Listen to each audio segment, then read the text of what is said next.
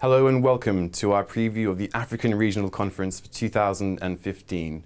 With just over 1 week to go before the event, I'm joined today by SWIFT's Head of Western Europe, the Middle East and Africa, Christian Sarafidis. Christian, thank you for your time today.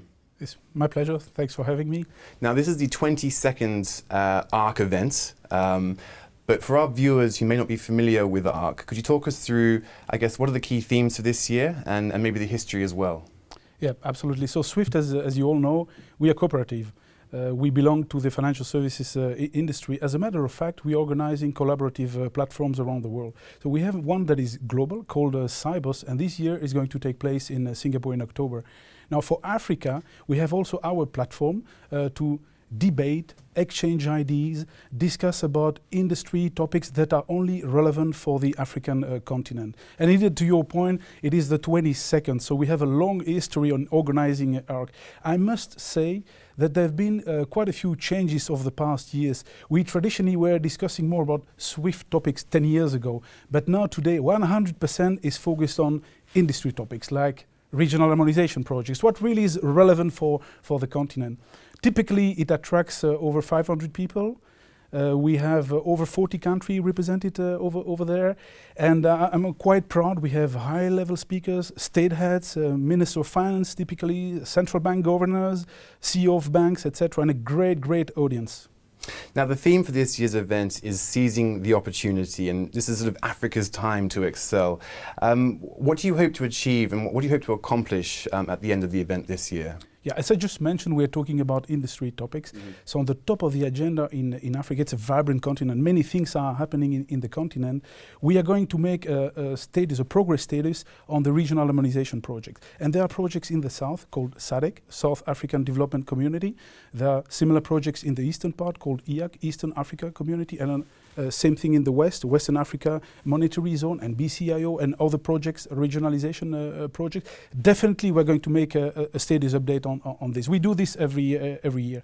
There are other topics like, for example, compliance, the impact of regulation on the Africa banks, etc.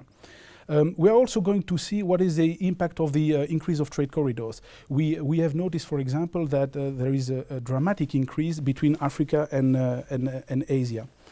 But to talk about economic growth, we also need to look introspectively on what happens in the continent, the intra-Africa trade, and especially within the economic unions under creation. That's the type of topics we are going to further elaborate with the colleagues from the audience. Okay. Now, SWIFT has had a presence in sub-Saharan Africa for over 30 years now, and you've recently expanded offices into Accra and Nairobi.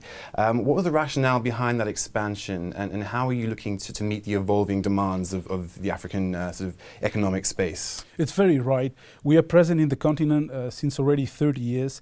I must say that in some places, like for example South Africa, it's even a role model in terms of automation of the financial market infrastructure.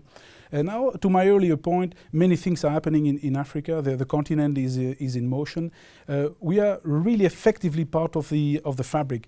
You may want to know, for example, that we have over 25 market infrastructure already using SWIFT, adopting SWIFT to further automate all the financial flows. This is creating a lot of transparency and attract foreign investments to further invest into Africa. So we wanted to be further part of it and be closer to all these communities. Today, the way we operate is having an office out of the Joburg office, and you cannot deal with 28 countries out of Joburg. You need to be close when things are happening. And so as a matter of fact, we want to have a presence in Eastern Africa. Therefore, as you just mentioned, we're opening an office in Nairobi. Same thing in West Africa to cover the English-speaking area as well as the French-speaking area. That's right. Okay, great. Now, Christian, you mentioned earlier the issue of sort of the integration of regional economies, and obviously SWIFT is playing a very important role here, particularly with regards to payment systems. And obviously you've had a very successful time in Southern Africa with a payment system there. What kind of benefits economically can these kinds of integration projects bring to the continent? Yeah, absolutely. This is a key question, actually. All the countries in Africa are looking for economic growth to increase the welfare of the people. To achieve that, many things are important. Of course, the human capital is important, etc. But what is the contribution of this community, the financial services community? Is more automation, more standardization and also innovation. Africa doesn't mean copy-paste what happenings in other regions. Whatever we do must be, again, relevant for the region. So as an example, in Africa, they have developed a certain number of RTGSs, so real-time gross settlement system, payment system.